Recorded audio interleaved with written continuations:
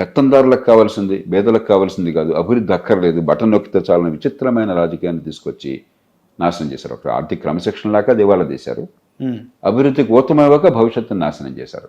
ఆ పరిస్థితుల్లో కూటమి వచ్చింది. కూటమి వచ్చినప్పుడు ఏం పొరపాటు చేశారు? అప్పటికే సంక్షేమం పూర్తిగా ఎక్కువైపోయి అభివృద్ధి పూర్తిగా కుంటుపడిపోయిన రాష్ట్రంలో సంక్షేమాన్ని మరింత రెట్టింపు చేస్తామని వీళ్ళు హామీలు ఇచ్చారు. అవును సార్.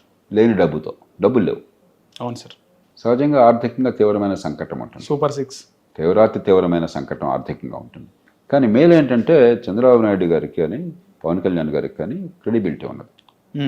చంద్రబాబు నాయుడు గారు గతంలో హైదరాబాద్ నగరం ఉమ్మడి ఆంధ్రప్రదేశ్లో ఇవాళ హైదరాబాద్ నగరం ఎట్లా ఉందంటే ఖచ్చితంగా ప్రధాన పాత్ర అయిందని అందరూ ఒప్పుకుంటారు. చంద్రబాబు నాయుడు పార్టీలు పక్కన పెట్టండి. గొప్పతనం ఏంటంటే దాన్ని రాజశేఖర గారు కొనసాగించారు. ఓకే. దాన్ని తర్వాత కాంగ్రెస్ ప్రభుత్వాలు కొనసాగించినాయి. దాని తర్వాత టీఆర్ఎస్ ప్రభుత్వం కొనసాగించింది. మళ్ళీ కాంగ్రెస్ కొనసాగిస్తుంది. కాబట్టి చంద్రబాబు నాయుడు గారికి దాని మీద ఆ నమ్మకం ఉంది. పెట్టుబడులు తీసుకొస్తారు, మరుగు సదుపాయాలు బాగు చేస్తారని చెప్పని. కాబట్టి ఆర్థిక సంక్షోభం మాత్రం చాలా తీవ్రమైనది, దానిలో అనుమానం లేదు. తీవ్రమైన సంక్షోభము. దాన్ని గుర్తించాలి. పార్టీలకు అతీతంగా ప్రజలంతా కలిసి రావాలి. ఒక్కరోజు దాని నుంచి బయటపడేది లేదు. అదే సమయంలో అభివృద్ధికి ఢిల్లీ నుంచి నిధుల కొరత ఉండదు. నిజమైన అభివృద్ధికి, పెట్టుబడులకి, పోలవరం ప్రాజెక్ట్ కావచ్చు, జాతీయ రహదారులు కావచ్చు, రాజధాని నిర్మాణం కావచ్చు, మెట్రో కారిడార్ కావచ్చు, పారిశ్రామికీకరణ కావచ్చు, దాన్ని సద్వినియోగం చేసుకోవాలి. క్రమక్రమంగా ఆర్థిక భారం నుంచి బయటపడేందుకు జాగ్రత్తగా ఏర్పాట్లు చేసుకోవాలి. సార్ వైసీపీ పరిస్థితి ఏమంటారు సార్? వైసీపీ పని అయిపోయినట్టేనా సార్ ఆంధ్రప్రదేశ్లో? ఏ పార్టీని మీరు అట్లా అనుకోకూడదు. ఉదాహరణకి ఢిల్లీలో ఆమ్ ఆద్మీ పార్టీ ఓడిపోయింది, 22 సీట్లు వచ్చినాయి. అవును సార్. పని అయిపోయినట్టు 2% ఓట్ల తేడా.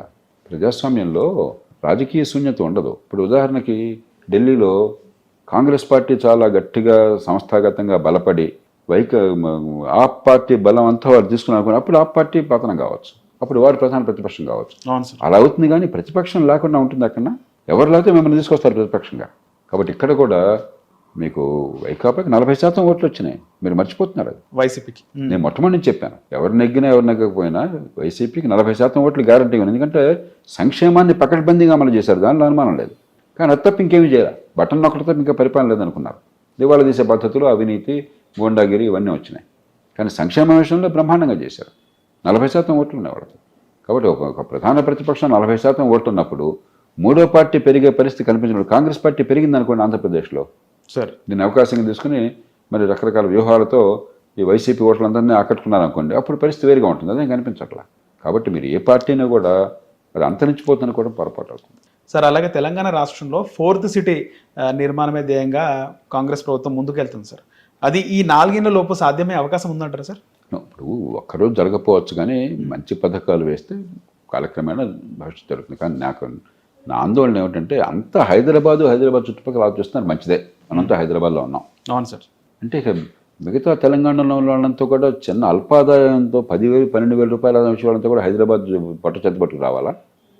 నిలబడి లేకుండా ఇక్కడ దుర్భర దారిద్ర్యంలో బతకాలా?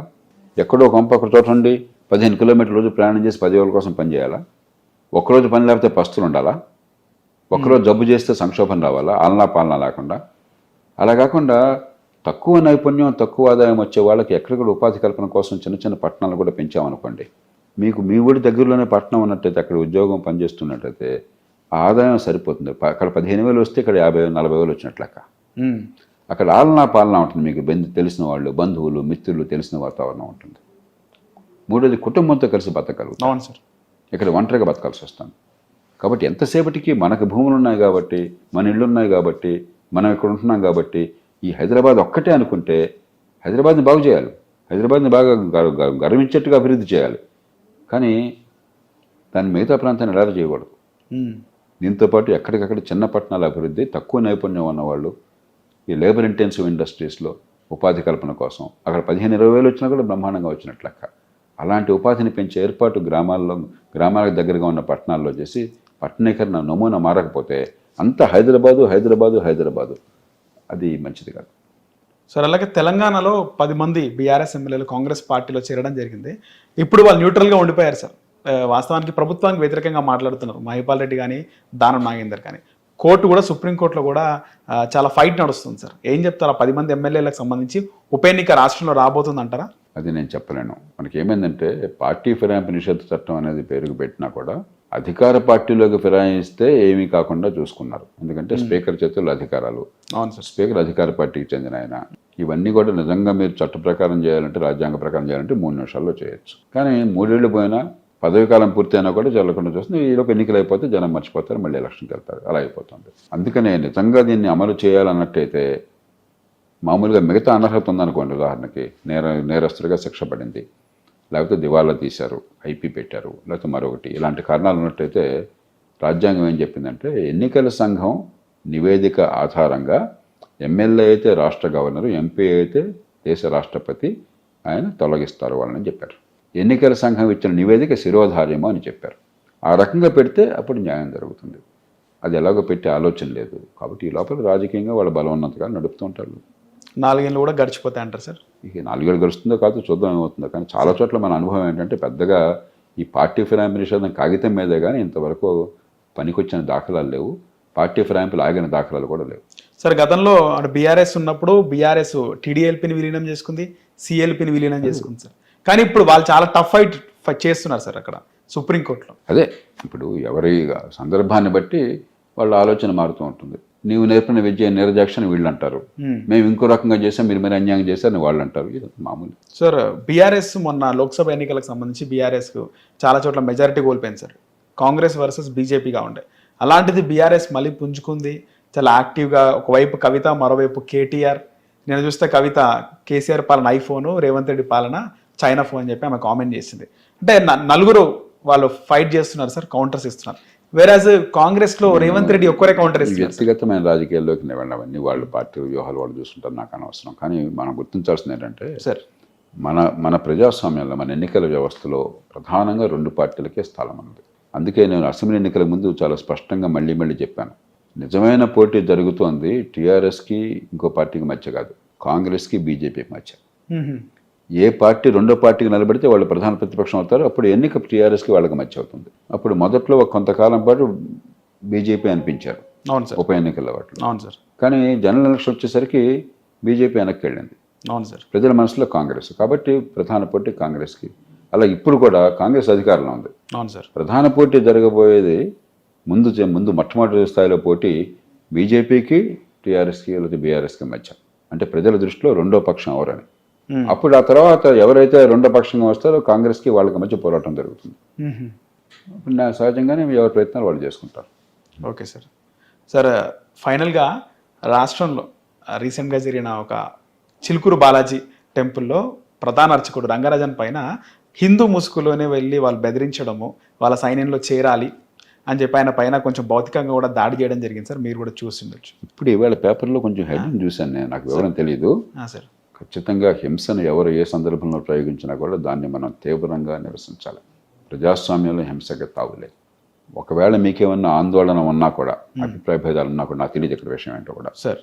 అంబేద్కర్ చాలా స్పష్టంగా చెప్పారు, ప్రజాస్వామ్య రాజ్యాంగం వచ్చిన తర్వాత ఓటు హక్కు, వాక్ స్వాతంత్రం, వాటి ద్వారా మీరు అభిప్రాయ భేదాలని మనం పరిష్కరించుకోవాలి. కానీ హింసకి, ఆటంకానికి, బంధులకి, రస్తారోకోలకి ప్రజాస్వామ్యంలో తావు లేదు. కాబట్టి దాన్ని ఏ రకమైన బేషరతుగా నిస్సందేహంగా మనం గ్రహించాలి అలాంటి సంఘటనలన్నింటినీ కూడా. ఇక ఈ సందర్భంలో నాకు విషయం ఏంటో తెలియదు సార్, అంతకని చెప్పలేను సార్. 2009 ఎన్నికలు అవి చాలా స్పెషల్ ఎన్నికలు అని చెప్పుకోవచ్చు సార్. ఎందుకంటే అవి ఉమ్మడి రాష్ట్ర చివరి ఎన్నికలు సార్. ఆ ఎన్నికల్లోనే మొట్టమొదటిసారి మీరు అసెంబ్లీకి వెళ్ళారు, మెగాస్టార్ చిరంజీవి గారు అసెంబ్లీకి వెళ్ళారు, ప్రస్తుత ముఖ్యమంత్రి రేవంత్ రెడ్డి కూడా మొట్టమొదటిసారి అసెంబ్లీకి వెళ్ళారు సార్.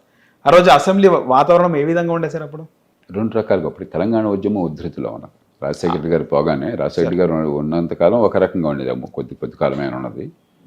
మంచి అధికార పక్షం, ప్రతిపక్షం తీవ్రమైనటువంటి ఉండేది. ఆయన పోయిన తర్వాత ఎప్పుడైతే తెలంగాణ ఉద్యమం బాగా ముందుకు వచ్చిందో, ఆ ఉద్యమం కారణంగా సగం రోజుల పాటు అసెంబ్లీ నడవాల సరిగ్గా. సగం రోజులు, మిగతా సగం రోజులు బాగా నడిచింది. మళ్ళీ ఉదాహరణకి కొన్ని ప్రశ్నలు నేనే లేవనెత్తినప్పుడు దాని మీద 4-5 గంటలు చర్చ జరిగేది. ఇప్పుడు పార్టీలకు అతీతంగా, ప్రాంతాలకు అతీతంగా. కానీ చాలా సందర్భాల్లో వెంటనే గొడవ అవటం అలా ఉండేది.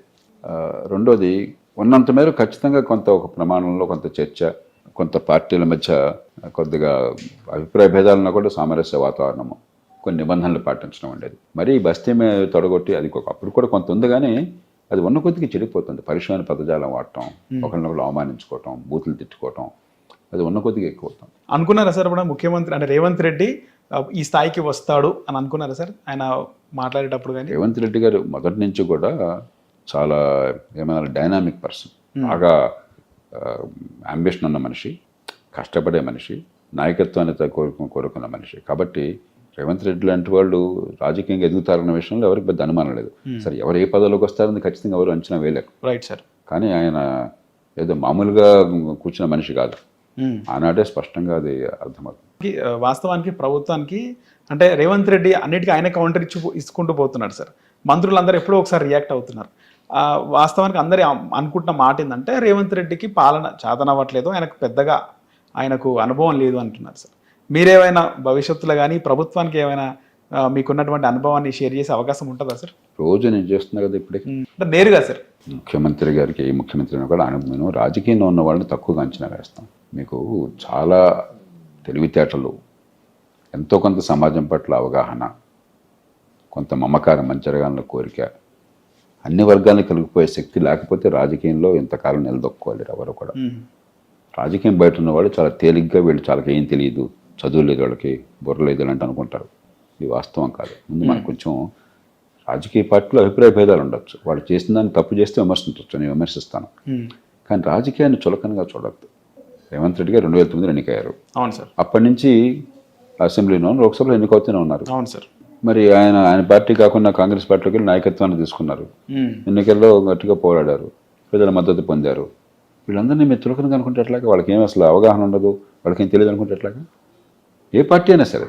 కాబట్టి మనం కొంచెం ప్రజాస్వామ్యంలో ఎన్నికైన నాయకుల పట్ల గౌరవంతో ప్రవర్తించాలి. రెండోది, కాంగ్రెస్ పార్టీలో జాతీయ స్థాయిలోనేమో అందరూ ఒకే కుటుంబానికి, ఒకే వ్యక్తికి పట్టం కడతారు. రాష్ట్రాల్లో మళ్ళా గొల్లలు పడతారు. అది పెద్ద కొత్త లేదు. అది ఇప్పుడు ఎలా ఉందో నాకు తెలియదు, అవి ఉండుంటాను నాకు తెలియదు. అంటే నేను లోతుకి నేను వెళ్ళని పట్టించుకోండి. నేను ఎందరో మిత్రులే నాకు, ఈ పార్టీగా నా పార్టీగా. అవును సార్. మనకు కావాల్సింది రాష్ట్ర హితమే తప్ప వ్యక్తుల మీద మనకి అనవసరం. సార్, రేవంత్ రెడ్డి గారు ఆయన ఎమ్మెల్యేగా, ఎంపీగా గెలిచారు కానీ ఎప్పుడు మంత్రి అవ్వలేదు సార్, నేరుగా ముఖ్యమంత్రి అయినాడు. సో ఆయన పాలన ఏ విధంగా ఆయనకు సాధ్యమవుతుంది సార్? ఆయన మోదీ గారు డైరెక్ట్గా ముఖ్యమంత్రి అయ్యాడు. ఆయన మోదీ గారు ఎమ్మెల్యే అవడంతో ముఖ్యమంత్రి అయ్యాడు, ఎంపీ అవుతున్న ప్రధానమంత్రి అయ్యాడు. ఆ కారణంగా పాలన కుంటుపడింది అని అంటారా? ఓకే. ఎన్టీ రామారావు గారు డైరెక్ట్గా ముఖ్యమంత్రి అయ్యారు. అవును సార్. కాబట్టి ఖచ్చితంగా అనుభవం అంటే కొంత ఉపయోగం ఉంటుంది. కానీ నాయకత్వ లక్షణాలు ఉండాలి తప్ప అవగాహన, సమాజం పట్ల అవగాహన, నాయకత్వ లక్షణాలు, మరి 10 మందిని కలుపుకుపోయేటువంటి శక్తి సామర్థ్యాలు అవి చూడాలి. కానీ అవి డైరెక్ట్గా అయినారా, అనుభవం ఉందా అన్నది అది కొంత ఉపయోగపడుతుంది, కానీ అదంత ముఖ్యం కాదు. సార్, చివరిగా మీరు స్థాపించినటువంటి లోక్సత్తా పార్టీ మళ్ళీ భవిష్యత్తులో ఈ స్థానిక సంస్థల ఎన్నికల్లో అయినా ఏమైనా పోటీ చేసే అవకాశం ఉందా సార్? నేను ఎందుకు పార్టీ పెట్టామో చెప్పాను, ఎందుకు ఎన్నికల్లో పోటీ చేస్తున్నామో చెప్పాను, ఎందుకు ఎన్నికల్లో పోటీ మానుకున్నామో కూడా చెప్పాను. దీనిలో ఎక్కడ రహస్యం కానీ కుట్రలు కానీ ఉండవు. లోక్సత్తా పార్టీ పెట్టినప్పుడు నాకు తెలుసు అధికారం అసాధ్యమని. ఎందుకంటే మన ఎన్నికల వ్యవస్థలో 3వ పార్టీకి దాదాపు అసాధ్యం. ఆప్కి ఢిల్లీలో అధికారం రావడం అనేది, తర్వాత పంజాబ్ రావడం అనేది సాధారణ విషయం కాదు. అది కొన్ని అసాధారణ పరిస్థితుల వల్ల, అక్కడున్న ప్రత్యేక పరిస్థితుల వల్ల. రెండోది, చాలా సమర్థులైన వాళ్ళు చాలామంది అక్కడ ఢిల్లీలో దీనికి సిద్ధపడి పార్టీలో పనిచేయడానికి సిద్ధపడ్డారు. ఆ పరిస్థితుల నేపథ్యంలో వచ్చింది. అది చాలా అసాధారణమైన సంఘటన. అది జరగదు అంత తేలిగ్గా, నాకు తెలుసు ఆ సంగతి. కానీ నేను ఆశించింది ఏమిటంటే 10% మంది ఓట్లు వేస్తారు నిలకడగా. ఆలోచించేవాళ్ళు, యువత, మధ్యతరగతి, కాస్త ఈ కులాలు, పార్టీలు, పక్షపాతాలు పక్కన పెట్టి దీర్ఘకాల భవిష్యత్తు కోసం ఓటేస్తారు. నిలకడగా 10% ఓట్లు వేస్తే చాలు. దాన్ని ఎలా మార్పుగా మార్చాలో నాకు తెలుసు. కానీ అనుభవం ఏమైంది? 2% ఓట్లే పడ్డాయి. హైదరాబాద్లో 9-10% ఓట్లు వచ్చినాయి. కానీ గ్రామీణ ప్రాంతాల్లో 1% వచ్చింది. మొత్తం మీద 2% ఓట్లు వచ్చినాయి. 2% ఓట్లు చాలు. మీరు ప్రధాన రాజకీయ పార్టీలను ఆలోచనింపజేసి, అరే ఈ మార్పు జరగకపోతే మునిగిపోతామనే భావం కలగాలి, ఈ మార్పు జరగకపోతే దేశం నష్టపోతుందని అర్థం కావాలి. అది రావాలంటే 10% ఓట్లు వస్తే ఖచ్చితంగా సరిపోతాయి. కానీ ఇంకెక్కువ వస్తే మంచిదే. ఆంధ్రప్రదేశ్లో అదే జరిగింది. ఉమ్మడి ఆంధ్రప్రదేశ్లో, తమిళనాడులో, కర్ణాటకలో, మహారాష్ట్రలో, దేశంలో వివిధ ప్రాంతాల్లో చాలా అద్భుతంగా పోరాడారు లోక్సత్తా కార్యకర్తలు. కానీ ఎక్కడ చూసినా కూడా అంతకంటే ఎక్కువ కనిపించట్లా. ఉదాహరణకు ఆప్ ఉంది. కర్ణాటకలో పోటీ చేస్తే లోక్సత్తాకు వచ్చిన ఓట్లలో 5వ వంతు వచ్చినాయి వాళ్ళకి. కాబట్టి 3వ పార్టీ, అందులో డబ్బు హంగు లేకుండా, ప్రచారం లేకుండా, డబ్బులు పంపిణీ లేకుండా, అబద్ధాలు ఆడకుండా మీకు ఓట్లు రావడం అంత ఆషామాషి కాదు. అది లేనప్పుడు ఈ ప్రయాసం వృధా. అదే ప్రయత్నాన్ని ఇప్పుడు నేను ఆనాడు ఈనాడు నాకు తేడా లేదు. ఎన్నికైనా ఎన్నికపోయినా నా ప్రయత్నం అదే, నా పోరాటం అదే, నా భాష అదే. నేనాడు మరి ఇదే బట్టలు వేసుకున్నాను, ఇదే భాష మాట్లాడి, ఇదే పనులు చేశాను. నేను దేశంలో మార్పు కోసం చేస్తోంది. ఎన్నికల్లో వల్ల ఫలితం ఈ పద్ధతికి లేనప్పుడు మిగతా పద్ధతుల్లో చేద్దాం. కానీ ఆ రోజుల్లో చాలా మంది మీ వెంట నడవడానికి సిద్ధపడ్డారు సార్. ఆ వేవ్ ఉండేది. ఇప్పటికి కూడా నాకంటే మీరు చెప్పాలి, ఏ విషయం మీద నిజం ఎవరు చెప్తున్నారు, పనికొచ్చేది ఎవరు చెప్తున్నారు అన్న ప్రశ్న అడిగితే బహుశా ఎవరికి మెజారిటీ వస్తుందో రాష్ట్ర ప్రజలకు తెలుసు. అవును సార్. అది వేరు, ఓటు వేరు. మనం కన్ఫ్యూజ్ అవుతున్నాం. ముఖ్య నాయకులు ఎవరైనా అప్పట్లో మిమ్మల్ని ఫాలో అవ్వడం ఇలాంటివి జరిగినాయి సార్ 2009లో? పేర్లు అనవసరం. చాలా మంది ముందుకు వచ్చారు మంచి ఉద్దేశంతో. కొంతమంది కలిసి నడిచారు, కొంతమంది వెనక్కి వెళ్ళిపోయారు వాళ్ళ కారణాలు. ఇవన్నీ పేరు నేను ఎప్పుడు ఇలాగా పేర్లు బయట పెట్టి ఇంకోటి ఇబ్బంది పెట్టి ఆ రకమైన మనిషిని కాదు, నాకు అర్థం కాదు. Right sir. ఎవరు నిర్ణయాలు వాళ్ళు తీసుకుంటారు. కానీ మనం అర్థం చేసుకోవాల్సింది ఏంటంటే, ఇందాక చెప్పాను ఒక మాట, ప్రజల్లో నమ్మకం ఉండటం వేరు, ఓటు పడడం వేరు. మన దేశంలో ఓటు వేయాలంటే సామాన్యుడు చాలా ప్రలోభాలకు గురవటం ఒకటి, డబ్బులు ఇవన్నీ మనకు తెలుసు, కులం మతం ఇవన్నీ ఉంటాయి. అది కాకుండా నాకు అండగా బలమైనటువంటి పార్టీ నిర్మాణం లేకపోతే నేను ఓటు వేయలేను అనే పరిస్థితికి వచ్చాను. ఎందుకంటే ఏ చిన్న పని కావాలన్నా మధ్యవర్తి కావాలి. అందుకని ప్రతి ఊళ్ళో ఈ పార్టీలు ఎలాంటివైనా కూడా ప్రతి ఊళ్ళో ఆ ఊరి జనాభాను బట్టి పదుల మంది డజన్ల మంది కార్యకర్తలు, ఒక్కొక్క నియోజకవర్గంలో కొన్ని వందల మంది కొన్ని వేల మంది కార్యకర్తలు గ్రామాల్లో, ప్రతి పనికి జనానికి అందుబాటులో ఉంటాం. నిజాయితీ రాజకీయంలో అది సాధ్యం కాదు. వాళ్ళందరికీ నేను దారిలో చూపెట్టను, వాళ్ళకి భోజనం అట్లా పెట్టను నేను. అరే ఈ కాంట్రాక్టులు తీసుకుంటారా, ఇదిగో ఇది ఈ పనులు చేసుకుంటారా, ఈ పైరువేలు చేసుకుంటారా అని చెప్తే అది చేస్తే మనం కూడా ఆ పార్టీలకు అయిపోయాం కదా. అవును సార్. మనం కొంచెం లోతుకి వెళ్ళాలి. ఈ పార్టీలు దుర్మార్గులు కాదు, వాళ్ళు ఈ కార్యకర్తల్ని నిలుపుకోలేకపోతే పార్టీలు నడవు. నిలుపుకోవాలని చెప్పంటే మరి చట్ట ప్రకారం చేయడం సాధ్యం కాదు. అవును సార్. ఒక పార్టీ కార్యకర్తలను పోషించుకోవాలంటే ప్రధాన పార్టీలు ఎలక్షన్లో 25-30 కోట్లు అవుతుందో మనకు తెలుసు. మిగతా టైంలో నెలకి 15-20 లక్షలు ఖర్చు పెడుతున్నారు. మీకు ఆ సంగతి తెలుసా? ప్రత్యక్షంగా కానీ పరోక్షంగా కానీ. మీరు అడగండి, ఎవరన్నా ఎమ్మెల్యేలను అడగండి ప్రైవేట్గా, లేదా పార్టీ నాయకులను అడగండి ఆ నియోజకవర్గంలో. ఏదో రూపంలో 15-20 లక్షల ఖర్చు అవుతున్నారు ఈ 5 సంవత్సరాల లోపు. ప్రతి నెలకి వీళ్ళు కాపాడుకోండి, ప్రత్యక్షంగా కానీ పరోక్షంగా కానీ. 20 లక్షలు. రాజకీయం అంత కష్టం అయిపోయింది. అది పార్టీ పని కాకూడదు. ఎప్పుడైతే స్థానిక ప్రభుత్వాలు నాశనం అయిపోయినాయో, ఎప్పుడైతే పరిపాలన యంత్రాంగం ప్రజల కోసం పనిచేయడం ఆగిపోయిందో కొన్ని విషయాల్లో తప్ప, పార్టీలు ఆ భారాన్ని మోస్తున్నాయి, ఆ పాపాన్ని మోస్తున్నారు వాళ్ళు. అది ఎప్పుడైతే దానికి నేను సిద్ధపడను, అది సాధ్యం కాదు. మూడో పార్టీగా సాధ్యం కాదు. ఓకే సార్, ధన్యవాదాలు సార్. హిట్ టీవీ యాప్, ఇందులో short news, live news, entertainment shows, movies, digital magazines తో పాటు మీ జిల్లా వార్తలను కూడా ఫ్రీగా చూడొచ్చు.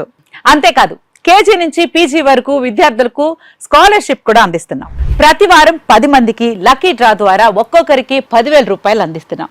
ఇంకెందుకు ఆలస్యం, వెంటనే హిట్ టీవీ యాప్ ని డౌన్లోడ్ చేసుకుని ఫ్రీగా ఎంటర్టైన్మెంట్ పొందండి. Hit TV app. Hit TV app. Please download hit TV app. Hit TV app ని ఫ్రీగా డౌన్లోడ్ చేసుకొని ఎంజాయ్ చేయండి. మీకు నచ్చిన ఎంటర్టైన్మెంట్ కోసం హిట్ టీవీ యాప్ ని ఫ్రీగా డౌన్లోడ్ చేసుకుని ఎంజాయ్ చేయండి. హిట్ టీవీ యాప్ ని డౌన్లోడ్ చేసుకుని ఆస్వాదించండి, ఆశీర్వదించండి. ఇంతమంది సెలబ్రిటీలు హిట్ టీవీ యాప్ ని డౌన్లోడ్ చేసుకోండి అని చెప్తున్నారంటే ఎంత మంచి యాప్ ఆలోచించండి.